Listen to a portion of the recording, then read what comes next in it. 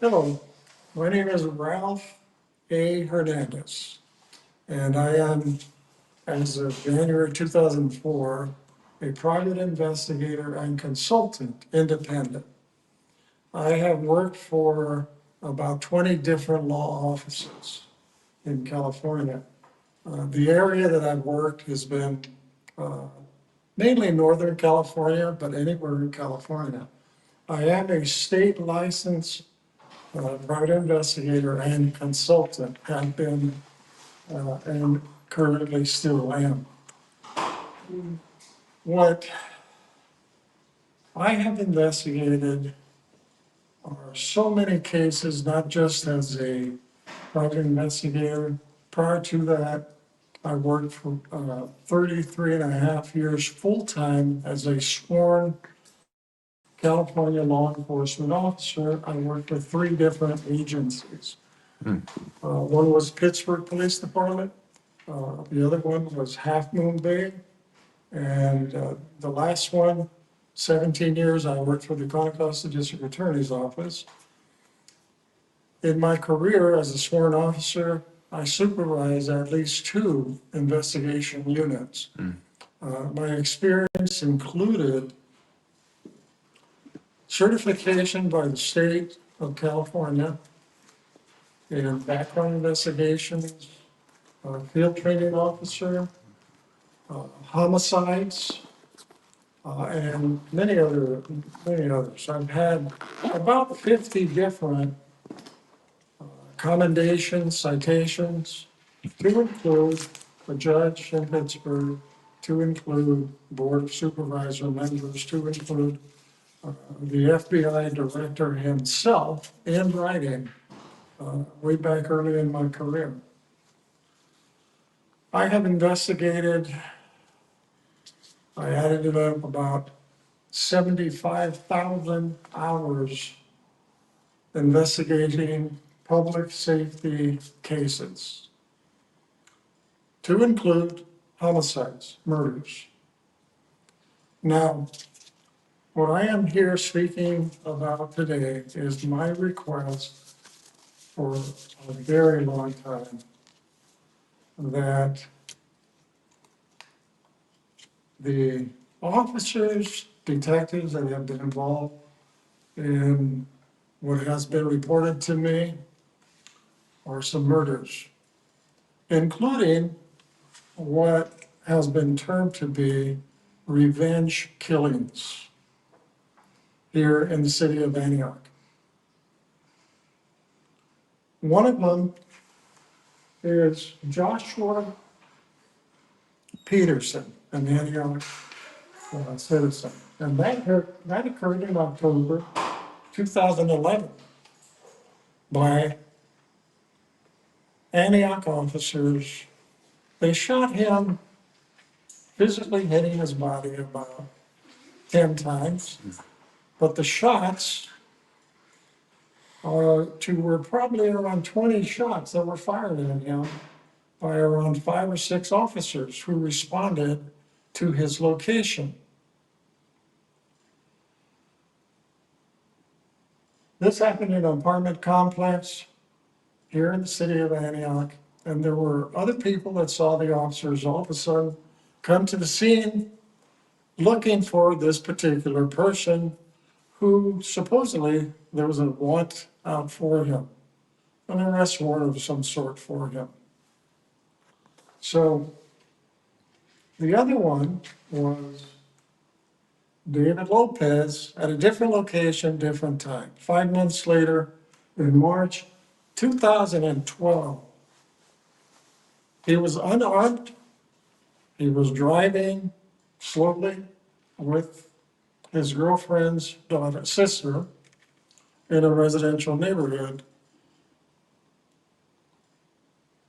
The 2 non-uniformed officers followed him for about 11 minutes total without ever asking for a marked patrol unit to show up, with uniformed officers to show up. One of the detectives in their unmarked vehicle, and they were all in plain clothes. The two were in plain clothes. He told the other, and his excuse was afterwards when he was interviewed, that there was a parole warrant out for him, or probation warrant out for him. I disproved that. There was no such thing that existed at the time. So you might want to ask, why was Joshua Peterson and David Lopez, why were they slain by Antioch officers and detectives? Prior to October 2011, about mid-2011, one of the Antioch Police Detectives' personal residences was burglarized by 3 people. One of the detectives? Pardon me? One of the detectives' homes? Yeah, I'm not gonna give the officers or the detective names, not yet. No, but that happened. It was burglarized. The home of a Yes. detective. Got it, okay. Okay. One of the Antioch, I'm going to restate it, one of the Antioch detectives, personal friend of the others that worked within their unit also, in his absence, his personal residence was burglarized. 3 people were involved. Joshua Peterson was one of them. David Lopez was another, and there was a third person that was with them that also burglarized this detective's home. As I learned, this third burglar, he had been done wrong by this particular detective. So getting back at the detective, he took 2 friends, Peterson and Lopez, with him to burglarize the officer's personal home. They stole, according to the information survivors and friends and survivors that told me, they stole 2 laptops. They stole a M&M figurine that contained stamps and other things. They stole marijuana. They stole some gold coins, actual gold coins from the officer's home. They stole some coins that were commemorative type of collectible coins. They stole sports memorabilia. They stole sports cards and other things. Some of the items had tags on them with what appears to be that came from a business or businesses, such as a coin shop and collectible store area. So after they committed the burglary, the 3 that I spoke of, after they committed the burglary, they kept some, gave some away, and they sold some of the stuff.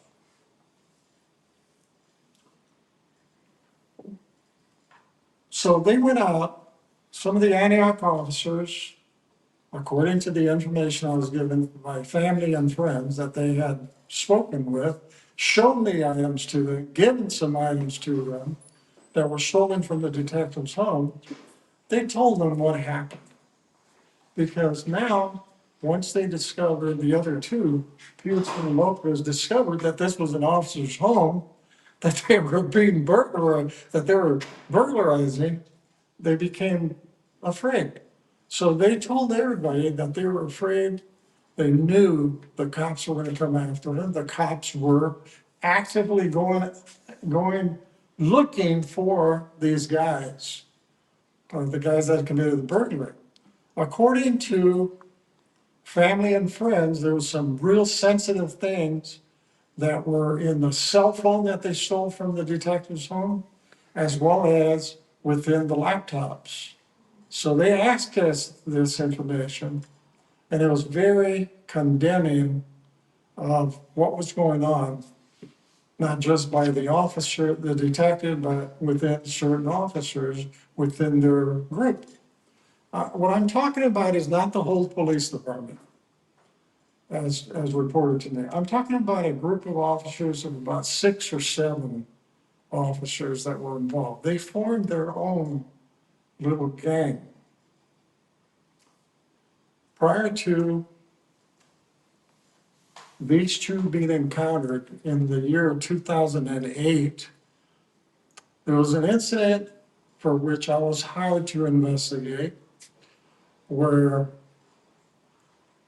one of the detectives had separated from his wife, and he took up with a really pretty nice young girl, young lady, as his squeeze, as his girlfriend. Well, they had a falling out of some sort in 2008, in mid 2008. So there was a bunch of guys, there was a group of guys, young adult men, and there was a group of young adult females, including the girlfriend, after she had broken up with the detective. They decided to go on a cruise, a 3 or 4 day cruise. Well, in that cruise, there was a lot of going on between them, drinking, eating, partying, as young adults do. So the girlfriend of the detective, she gets up and announces to the rest of the people that she had broken up with the detective. And basically, she said, she used the curse word to say, like basically, screw him. And she was having fun, and that's why she took the cruise. Well, the victim in 2008, that this ex-boyfriend detective committed a search warrant with allegations that this particular adult male who lived in Brentwood was dealing in marijuana. So he writes up a search warrant. And he gets some of the other officers from Antioch. He's not even, this detective's not even from Brentwood. Goes to the Brentwood house, and they do a search and arrest of this particular resident. Now, in the search warrant, there was some stuff that he had said in order to justify getting the search warrant, which the judge went ahead and gave him the authority to do. So they arrest the resident, they terrorize the kids, 2 kids that he's got, and the resident is accused, tried, and in jail in the meantime, pending him going to trial, because he was fighting them. That's when I got involved. I got hired by a Concord attorney to look into the case, and I was hired to continue in the case when the Brentwood resident went to another attorney that was recommended by his initial attorney. And so we went on, and I started investigating, and it just expanded. It expanded to the point that ultimately there were about 50 different separate cases where I identified where this group of detectives or officers were involved in very questionable raids, seizures, and going after individuals. So as it progressed, when this one Brentwood resident is in jail, he bailed out, paid a good amount of money to bail out. When that heartbroken detective got wind that he had bailed out, he went and he had his bail raised 4 times what the bail amount was required. 4 times is $1 million. Well, fortunately, the Brentwood victim had enough and new bailed bonds people to where he bailed himself out again. So the detective this hardworking detective again, and that's Detective A, the one that I wrote up here as one of the detectives. He claims that the Brentwood resident spotted him driving around in Brentwood, followed him, stalked him. The detective goes and gets another search warrant, goes and he arrests this Brentwood resident again, throws him in jail. So this Brentwood resident had enough sense to go to one of the attorneys that he was in contact with. The attorney says, hey, wait a minute. This bail is like almost 4 times what what the rules require. So he got it reduced back to where it was supposed to be. And the judge, in the pending the actual trial and all that, let him up. So, long story short, this Brentwood resident fought the case for years at his own expense, and ultimately it was a hung jury. Okay, they just did not believe this detective and all the BS that was put out there. The resident was offered a deal because he didn't want to, the resident didn't want to keep spending money and money and money. So he went ahead and took a plea, a minor plea, probation mainly, and it would be forgotten. So one of the cases that I got involved in was a 2009 case where the detective and some of the other officers went to a business that supposedly was selling counterfeit clothing, tops and whatnot. They got a search warrant for that business. The business is located in a warehouse type of series where you have individual suites that are sold or rented out as businesses. So let's say suite 1 is where they got the search warrant for. So they go and they raid this guy's, this firm, and then they look at the next door neighbor that was selling hydroponic equipment and materials, fertilizer, lights, and whatnot. Well,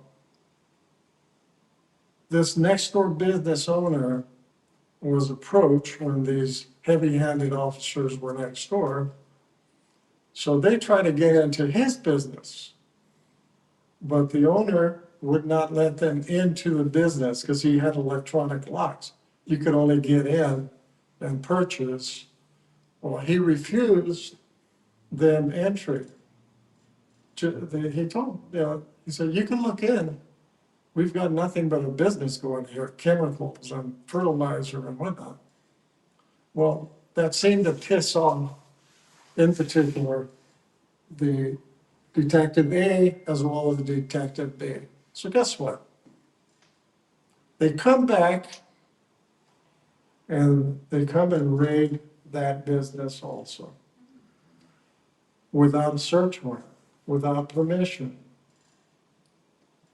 So they search their cars out in the parking lot. They search the business. They take the employees. They basically handcuff them, hold them, remove them out of the business where their employment was interrupted. Take them out and all that. So they conduct their search of this business without a search warrant. They find a gun in the safe of the business. They find a gun in the business owner's gun in his vehicle that he had just gotten.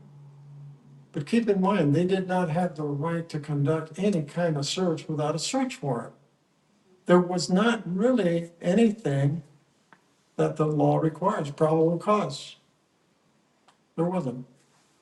So after they do this and they arrest a couple of the people within that hydroponic business, Then they get the search warrant. It was late at night. It was about 7:30, 8 o'clock at night. Okay. What I found in the numerous cases that I investigated as a result of the ripple effect that was going on was that the group of officers were reported by the victims, by the various victims, that their property, cash, jewelry, guns in some cases were gone. And in some cases, they did not report these items as being seized under any kind of search warrant claim or any kind of justifiable claim. So getting back to Peterson, Joshua Peterson, about a month before he was killed, well, even before that, he was at a friend's apartment. He sees two of the Antioch detectives, officers, with a dead body, what appeared to be a dead body. Two officers are loading up this dead body into the trunk of the vehicle that they had. Because of the location and the situational location, they transport the body about a half mile away after passing through the apartment complex. They go to a nearby park, take the body out, put it into a creekside area, and hide the body there. Now, the two detectives, they spotted Joshua witnessing them in possession and transporting his dead body. Well, about a month before he got killed, one of those two officers, identified officers, spots him in downtown Antioch, riding his bike. The officer tries to kill him, tries to run him over, hits his bike, hits Joshua, injures him. Joshua loses his foot and his bike is wrecked. The only thing that saved Joshua in the roadway, there was an abutment, a cement abutment, about 2 or 3 feet tall. He ended up successfully getting over on the other side, surviving. That's what he recounted, which I followed up on with people that he had spoken to. And one of them was a female that saw him with the missing shoe, the injury to his foot, and that he recounted what happened to him. So ultimately, the detectives get a call, or the Antioch Police get a call about where Joshua Peterson is at, by security of this one housing area. And so the circumstances that, as it's been relayed and claimed, was that Joshua, who was approached by these officers, had a gun on him. He had a female friend in the closet, these open closets that you have, in some of these apartment complexes. He had a gun. He had this female. He tells the female to leave. He loves her. Call the cops, call the police in fear of his life. And the only reason he supposedly carried a gun anyway was in fear of his life, especially after one of the officers tried to kill him. So she runs out amongst the officers that were there with their rifles and handguns, ordering him to come out. Well, the first officer admittedly claims that Joshua, at one point with the gun along his side, came up, and the officer feared for his life that he was going to shoot him, shoot the other officers that were there that had surrounded him. So he was the first one to shoot. Well, he was the first one that Joshua saw with the dead body and had reported. So naturally, in law enforcement, this is something that happens all the time.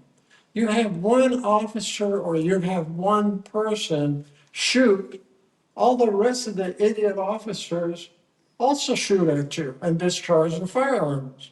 He had about 5 different officers shot at him, but the first one was the one detective officer that he saw with the dead body. Okay. So about 2 weeks later, after his death, the widow and Joshua's mother go to the Antioch Police Department, go to Internal Affairs to complain and advise them of what truly had happened. So that particular sergeant who was working in Internal Affairs, he laughed about it.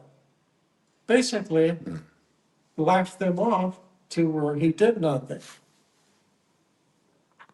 Now, Joshua's mother, she had written to one of our area reporters in the Contra Costa Times and explained some of this thing were because of the prior circumstances, that they were after Joshua.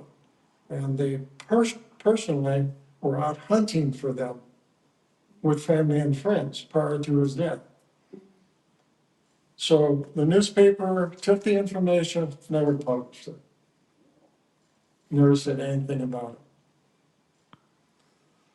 Well, since they were still looking for David Lopez, because having burglarized that one detective, one day David Lopez is spotted by Detective A, I'm sorry, 1 and 5. They're riding around unmarked car. They see David Lopez with his girlfriend's sister there in the car. Just driving, they had just left a fast food place. These detectives are following him in plain clothes. And it was about 11 minutes that passed. The only thing that the detective passenger did was ask for registration of the vehicle that David was driving. That's it. In 11 minutes, they didn't call for any uniform officers. They didn't report spotting David Lopez. They didn't question whether or not there was, in fact, a parole warrant for him or any kind of bench warrants. Nothing at all. So when David goes to the girl's parents' house in the driveway, he drives up, just calmly drives up. The girl and him having a brief conversation, and he's beginning to drive back out slowly to get back into residential traffic. Detective A, who was the driver, he goes across the roadway contrary to the law, crashes into Lopez's back area of his vehicle. It's called a pit stop. Okay? And discombobulates David driving the vehicle.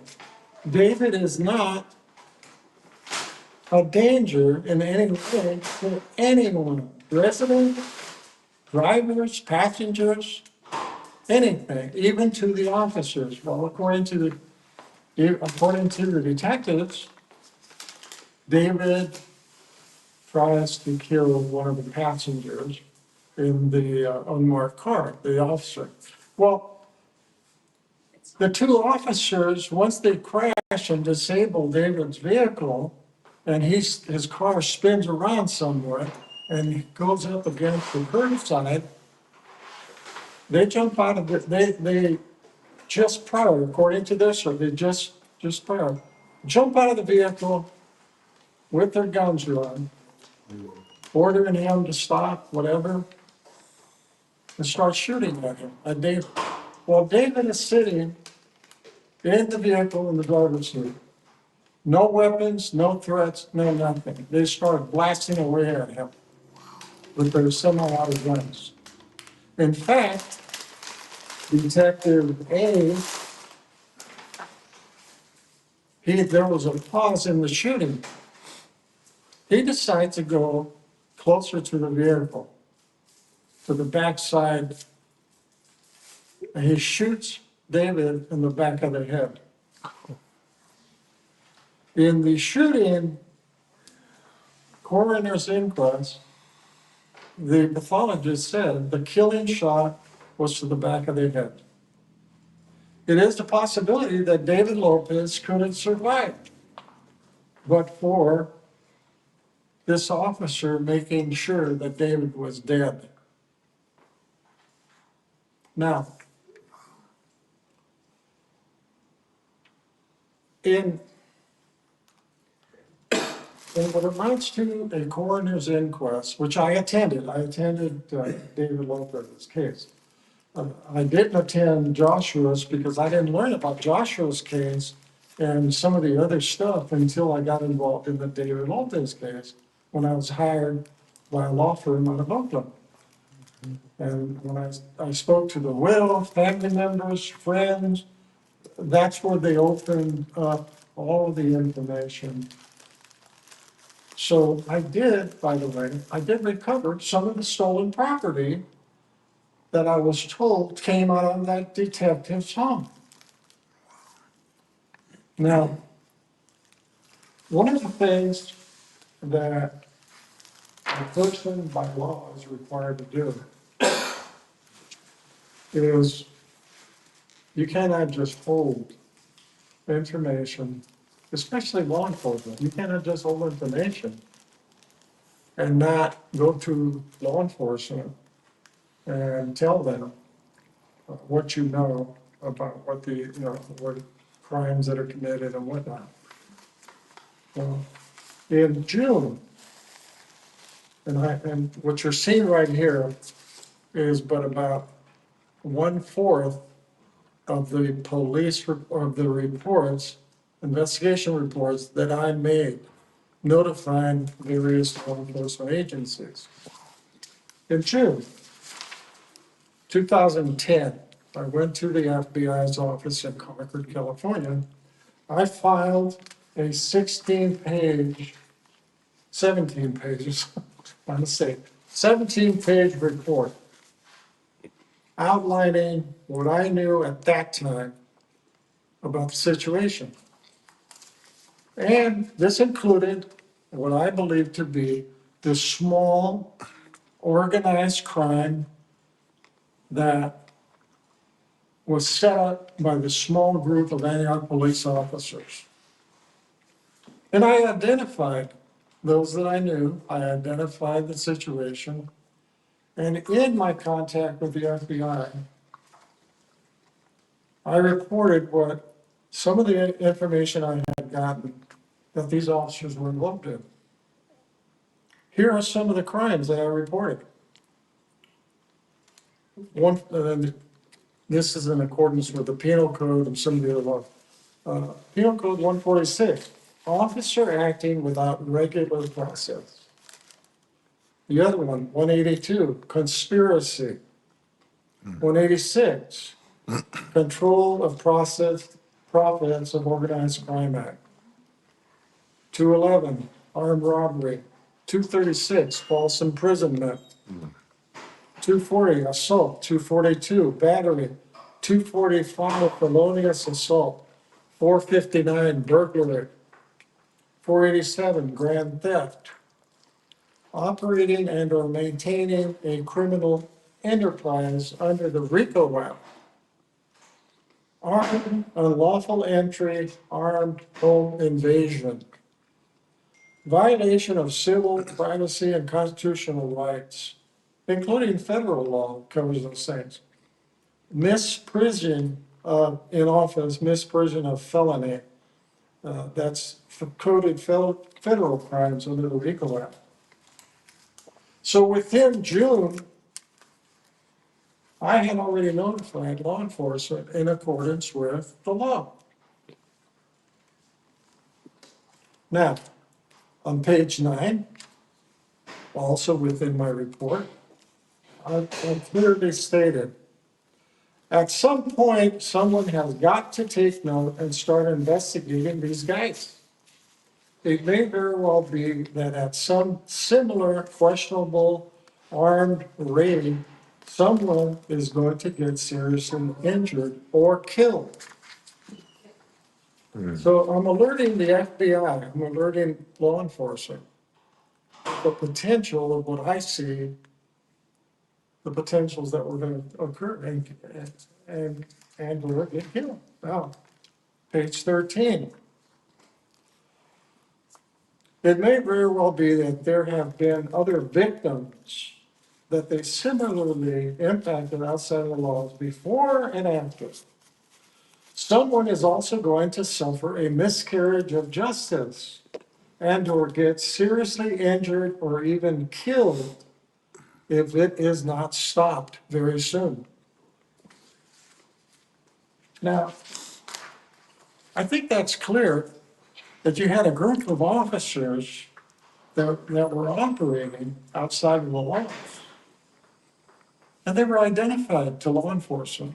The FBI sent me to our local district attorney's office, our local agencies, law enforcement agencies, which I did do. I did follow up. When I learned more about this organized crime group, small group of officers operating from the city of Antioch, and we, the taxpayers, have them as our officers. And a connection that I made with them being involved with the state narcotics enforcement team here in Contra County, Norman Welch, Louis Lombardi, and a couple others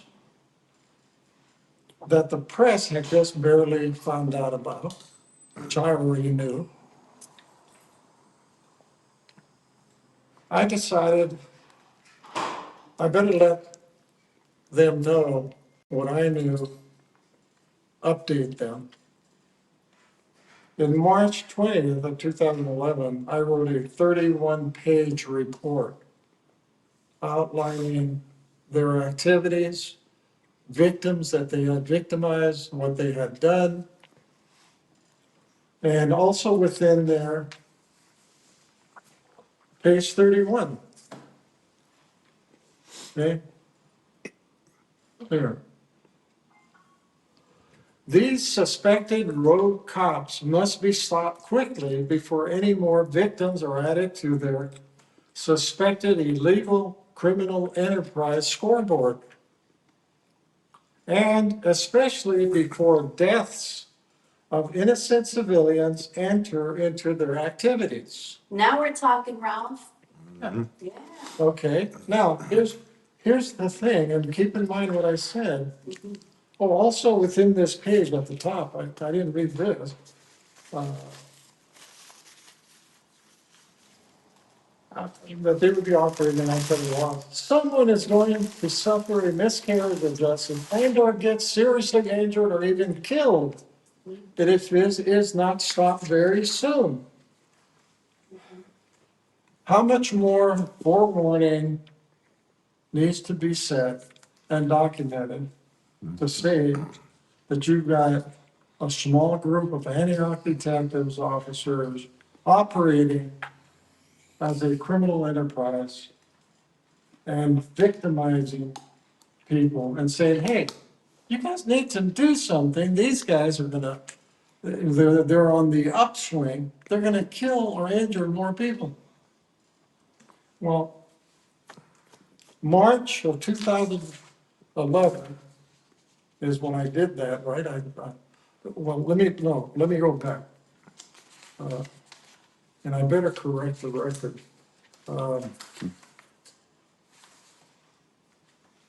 March of 2000, June 12th was the first time through the FBI.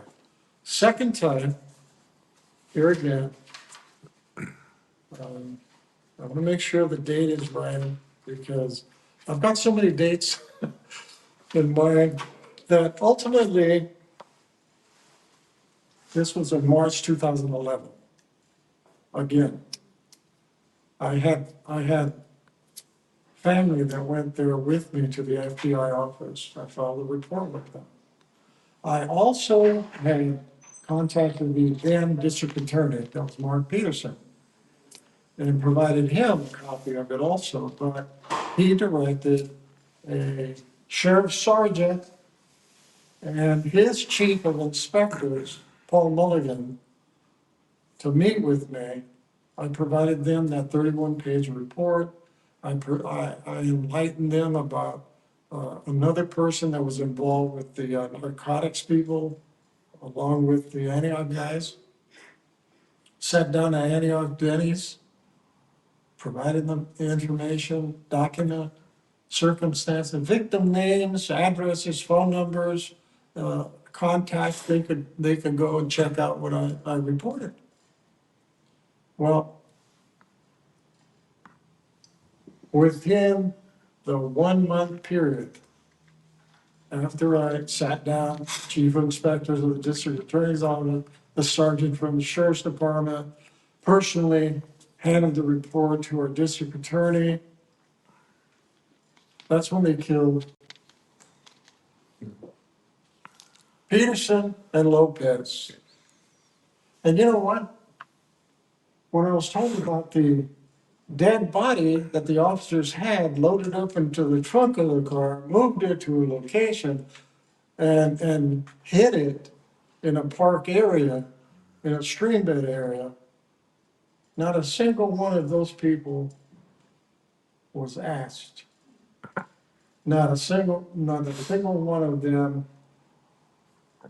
came and interviewed any of them, asked them what they knew, what evidence they had. Nothing. So from a standpoint of what information is provided to law enforcement, they did nothing. Some of the victims, one of them here at Antioch,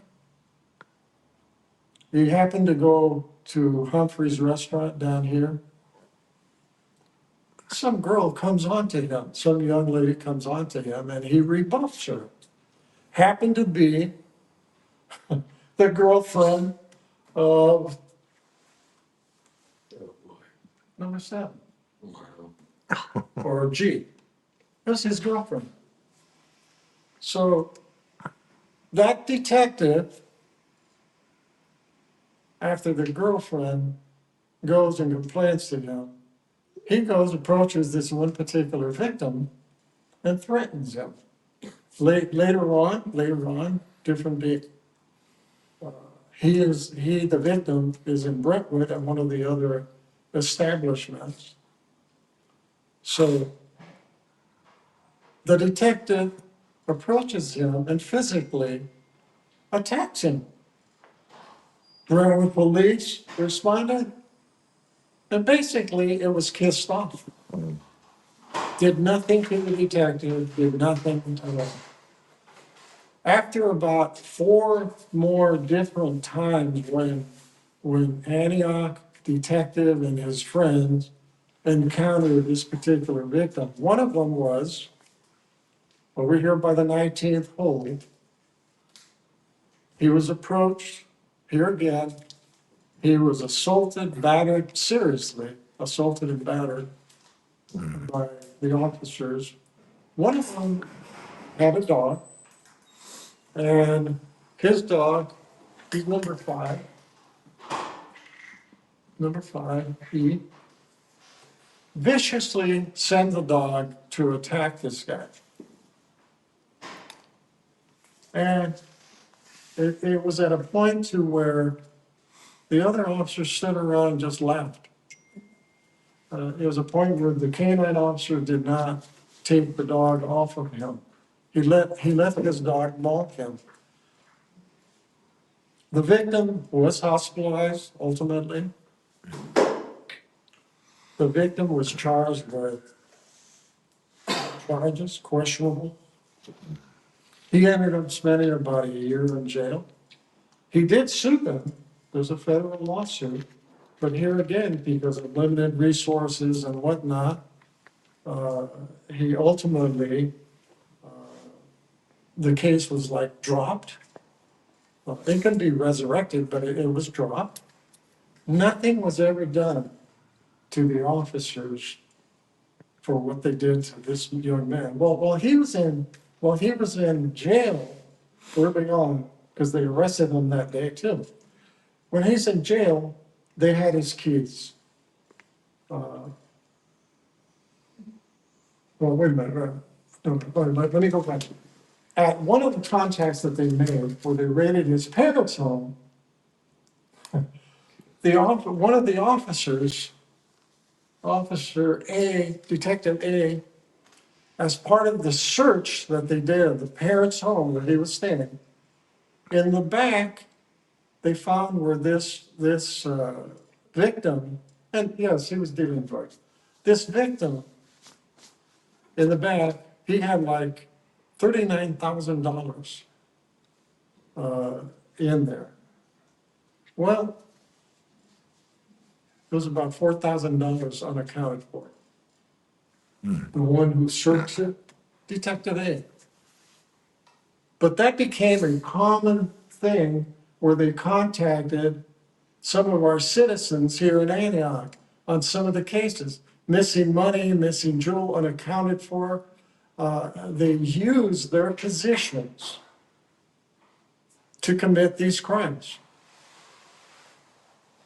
So when they did the parents' search warrant, the search, and when they arrested the young man, took his keys and took other things, he got this young man had a storage unit. Lo and behold, within a day or two, his storage unit was burglarized. Even the security company said there was something wrong about that, because a couple of the other units were broken into, nothing taken from it, but they took this young man's stuff, some really valuable stuff. No investigation, either by the Antioch Police Department, the Sheriff's Department, or the DA's office. No, Interesting. there are so many other cases that I can repeat to you, but the point is, my 31-page report back in March 2011, Antioch got a hold of it. Somebody at the DA's office provided it to them, because I doubt the FBI did it, but they got it. And so the police chief at that time, he was approached by the FBI and interviewed. I have that interview also. He basically said to them that my manifesto was a lie. It was just for personal reasons. All I was trying to do was dirty the cops because of the other cases that I had investigated. So basically, he stuck up for them. Never investigated the case, but he stuck up and he basically, it appears, he talked them out of doing anything about it. Over the course of the last 13 years, besides what I've already said, I've gone to, again, to the district attorney's office, to the district attorneys, including Diane Beckton, to the deputy DAs, looking to see what they were going to do, wanting them to do what they are hired to do. They haven't. They haven't at all. What I'm looking for on behalf of the families, as well as we, the citizens here, is justice and accountability. I have asked for a criminal grand jury to be impaneled here several times from these agencies. They refuse. I have asked them to do the investigations with everything that I have provided them. Photos, even video of the activities of these guys. They refused. In my last contact with our current interim police chief, I asked for, if they don't want to do their job, which I have a problem with anyway, I said, what you need to do is you need to forward all of this and ask for the state attorney general's office to do an investigation. That's pretty bold, isn't it? Well, it really isn't. If you remember of the racial texting scandal by some Pittsburgh and Antioch officers that went on, look at the big exposure that was done by the news media. Look at all of these law enforcement agencies that got involved, including the Board of Supervisors. Board of Supervisors budgeted $2 million to investigate this racial texting. Not a single penny, to my knowledge, has been spent to investigate what appears to be the intentional revenge killings. Joshua Peterson, David Lopez, and as a sidebar, the unidentified dead body that nobody's looked for.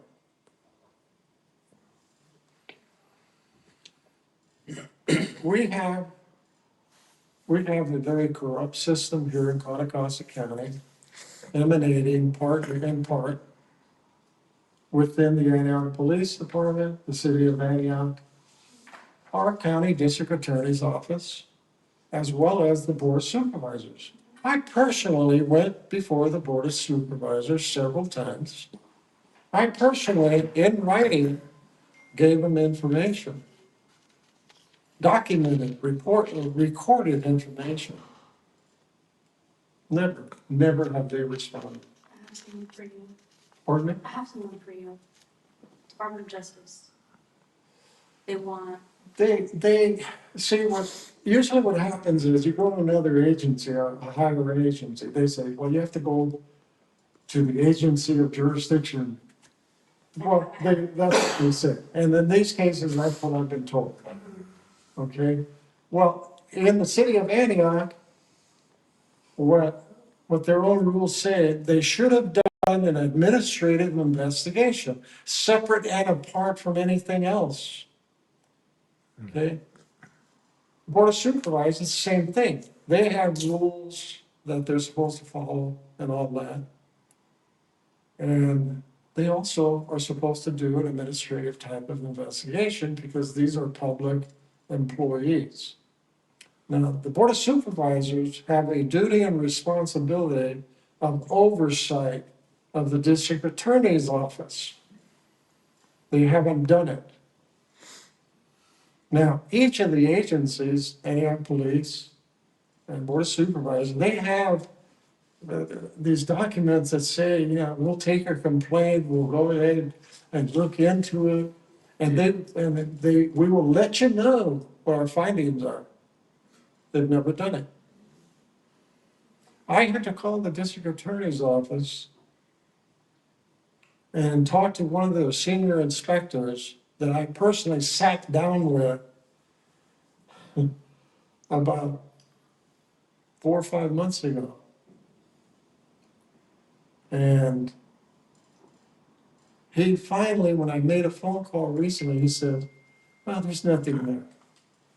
I said, what did you do?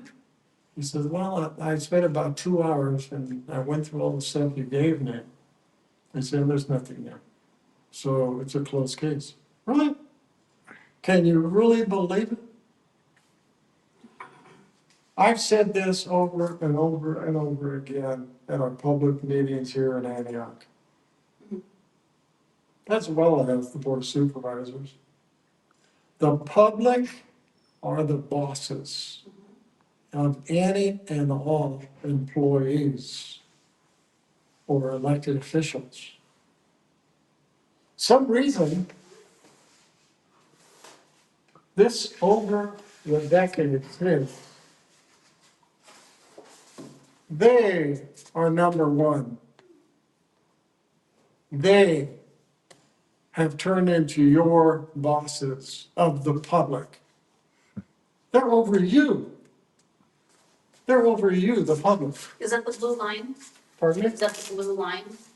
The blue line separates them. Then they are the ones. They are your bosses. You are under them. I have always said also, no. You, the public, They work for us. you, the public, are their bosses. They work for you. They earn our public money. They earn their benefits, their retirements from us. They work for us. They are overseen by you. But they still think that it is them over you, the public. It's a corrupt system that we are being subjected to. Yep. So, because that's really what it is, they're subjecting us to it. As an example, and I'm gonna go over to this right here. I've got it written. This is another case that I was hired. Can I take 6 a quick years, picture of you from right here? pardon me? Can I take a quick picture of the? Yeah, oh, no, go ahead. You're welcome to take a picture. I can back up all of this that I have up here. We're gonna talk after this. Pardon me? I have a good contact for you, and he just responded. Okay. Yes. Now, this case, there was a murder, and a very vicious murder of a female. She was the wife of one of the attorneys out in Lafayette. Her name is Pamela Vitale. The investigation by the Lafayette police, as well as some of the others that they got involved, was that this vicious murder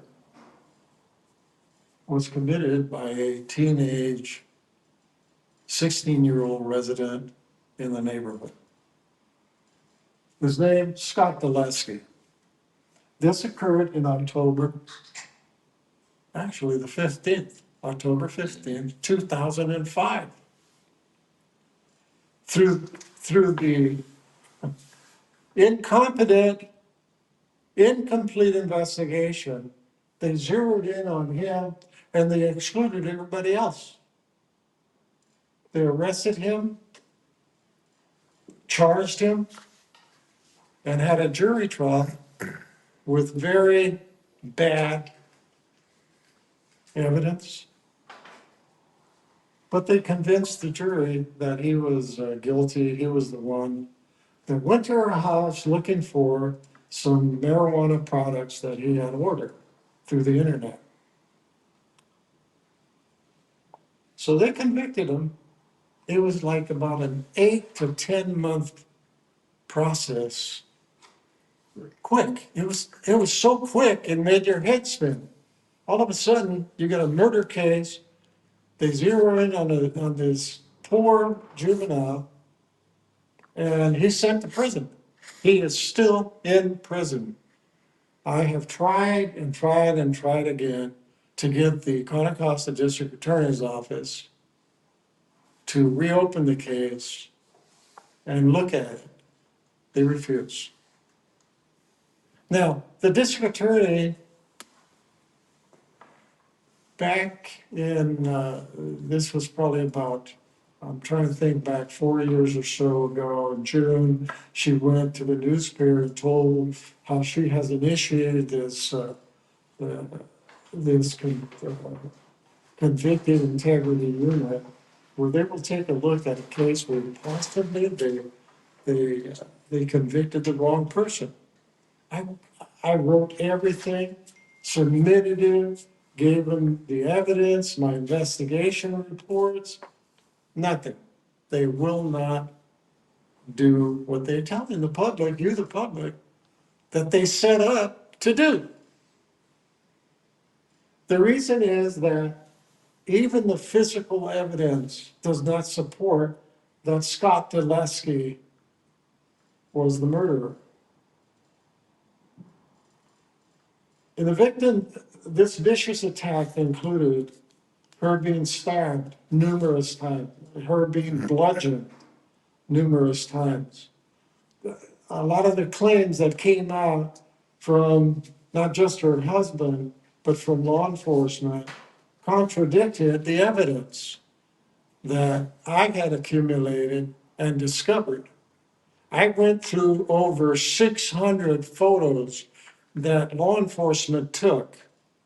I analyzed what occurred there. And no, they won't. They won't reopen it. So this young man, now he's in his mid-30s, he's still in state prison for something that he's, in my opinion, innocent of. You, the public, are not being served as you deserve to be served. It is them, those involved, that deserve to be investigated, held accountable, and you deserve an answer why they refuse to do right, why they refuse to do their job. You know, I say to them,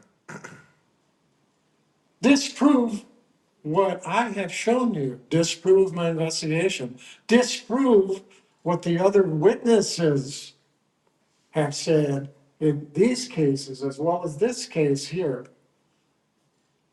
Come on, let's have a true and just investigation, a true and just reopening of these cases. Let's reopen Scott Dyleski's case, because what he went through, because of his poverty, they overran the poor kid. They overran his appeal attorneys. When you have an appeal, it is extremely difficult to appeal a conviction. And that's what they count on. This is what we are being subjected to by our paid employees who think they are our bosses. You know, do you want justice? Do you want accountability? Absolutely. We are entitled to that at a very minimum. Now, in the cases of Joshua and David, Antioch related, Antioch police related, what are they hiding? The dead bodies. As an example, all it takes for this one location, take a cadaver dog, go over there, and have the cadaver dogs tell you whether or not there is a cadaver there. In the event that they buried the body there, no, nothing. Now, in Scott Dyleski's case, one of the evidence is something that is indisputable. You had them do 3 separate tracking dogs search for the direction that the killer or killers took. Not one of the dogs, separate and apart, ever went to Scott Dyleski's home. They went to one of the other residents. The dogs, what are they gonna lie for? They took them, law enforcement, to another residence place, which is far and apart away from where Scott was living. And that isn't the only evidence. The scene itself says a lot. There's a lot of stuff there where it points to somebody else and what occurred there. I've disputed a lot of stuff by what I found through their own photographs too. So there is so much, there's so much. Now, so you will know, I have investigated about 100 homicide cases. I have been trained by some of the best. I have worked for about 20 different law offices. I know search warrants. I know what search warrants require. I brought with me my binder, search and seizure and arrest binder. It's about 400 pages. Where I have to learn what the laws are, what I cannot do, what is required. And one of the main things here is that everything you include in the search warrant application as an officer, all of it must be true. Up here, Antioch Police, in particular, the detective who wrote one of the search warrants for the Brentwood resident, there's some untruths there that was just unbelievable. He went judge shopping also, by the way, to get one of the judges to approve and grant a search warrant. One of the judges would not do it. So instead, he went from one judge, he went to another judge, presented the same thing, and he got a search warrant authorized. That is the corruption that exists. And it isn't just Antioch, it isn't just a small group of Antioch officers. It's also some of the management. It's also the district attorney's office. The Commissioners, the Some- judges, Pardon me? the commissioners and the judges. Okay. So, and the Board of Supervisors, let's not forget the Board of Supervisors, because they have a legal duty to carry out their duties. Okay? They haven't. So, in the end, I'm asking for a criminal grand jury to be impaneled. And I'm also asking that instead, which I would more favor, is that the State Attorney General's office, DOJ, that they impanel a criminal grand jury and look into all of these. And bottom line, under federal RICO Act, consider adding some of those individuals that have stonewalled any kind of investigation, stonewalled any kind of accountability. Actually, it's a big cover-up. For lack of a better term, it's a big cover-up by some of our law enforcement people that are supposed to serve us, the public. If they're unwilling to do that for we, the public, their bosses, then they ought to get the hell out of there and they ought to be quit. They ought to quit and at the same time, No salary. held criminally accountable. In California Penal Code 32, accessory, it's very clear cut. When you learn of some of these things, felonies and whatnot, when you learn of these crimes, you're supposed to go to law enforcement and report it, or to a judge, okay? They haven't done it. And you cannot in any way hide and help them, harbor them from discovery or prosecution. But that's exactly what our agencies have done. How about the Attorney General's rule? Why wouldn't that let you go in there and have that discussion with the judge under your own power? Well, you can, but as it is, it's extremely hard for a citizen to go above the certain levels that they have established. Regardless, and I'll be speaking to you, regardless, I think the public needs to be outraged. I think the public has to insist on all of this being reopened, readdressed, and hold everybody accountable. Hell yeah, Ralph. Yeah. Now, RICO, under RICO, when you have a certain levels, a certain times of years, if you have what's called predicate acts, prior acts, criminal acts, within a 10-year period, let's say you're a part of this group in 2011, okay? And then in 2017, as an example, one of the same people in that criminal group, they do another thing that's against the law. What you've done is you have now reset that 10-year period for prosecution. So we have, as an example, we have a 2017. So the statute doesn't run, That'll it go to it allows it to 2027. renew. Pardon me? So you don't run the risk of a statute running, Right. it renews. It renews. Now, with what some of the people have done, whether they realize it or not, here in 2024, the people that I've gone to, it's reset the possibility of RICO violation, criminal violations until the year 2034. So you can't charge them as part of a RICO organized crime.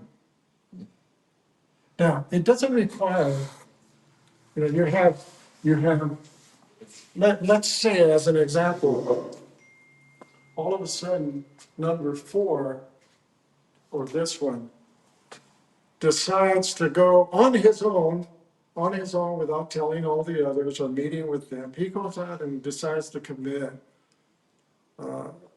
certain crimes without consulting and all that. He has now had that applied to all of them. It can be applied to all of them because once you are part of the organization of the group, it doesn't have to be a formal group.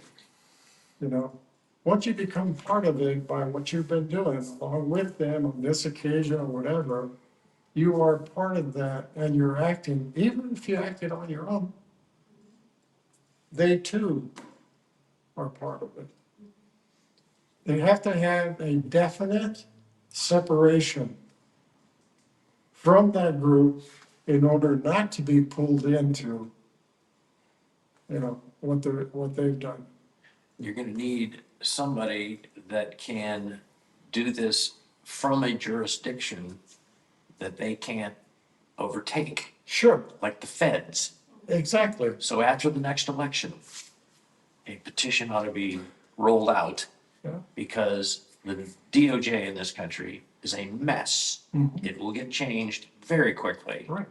And that's how you probably get where you need to go, because the localized corruption is just as embedded as it's ever gonna be. And it's gonna put up a fight no matter what, because that's how they protect themselves. But it's evil, this whole goddamn thing is just. Yeah. It is. It's corrupt. And it definitely has to be changed, but I don't want to be overly repetitive, but something has to be done. We all live under this. We're all subject to it. Ultimately, How many shootings have they had We're in screwed. Antioch in the last month? pardon me? How many shootings have they had Yeah. in Antioch in the last month? 10. Yeah, 12, They've had damn near that many in Brentwood. yeah. So the game is completely out of control.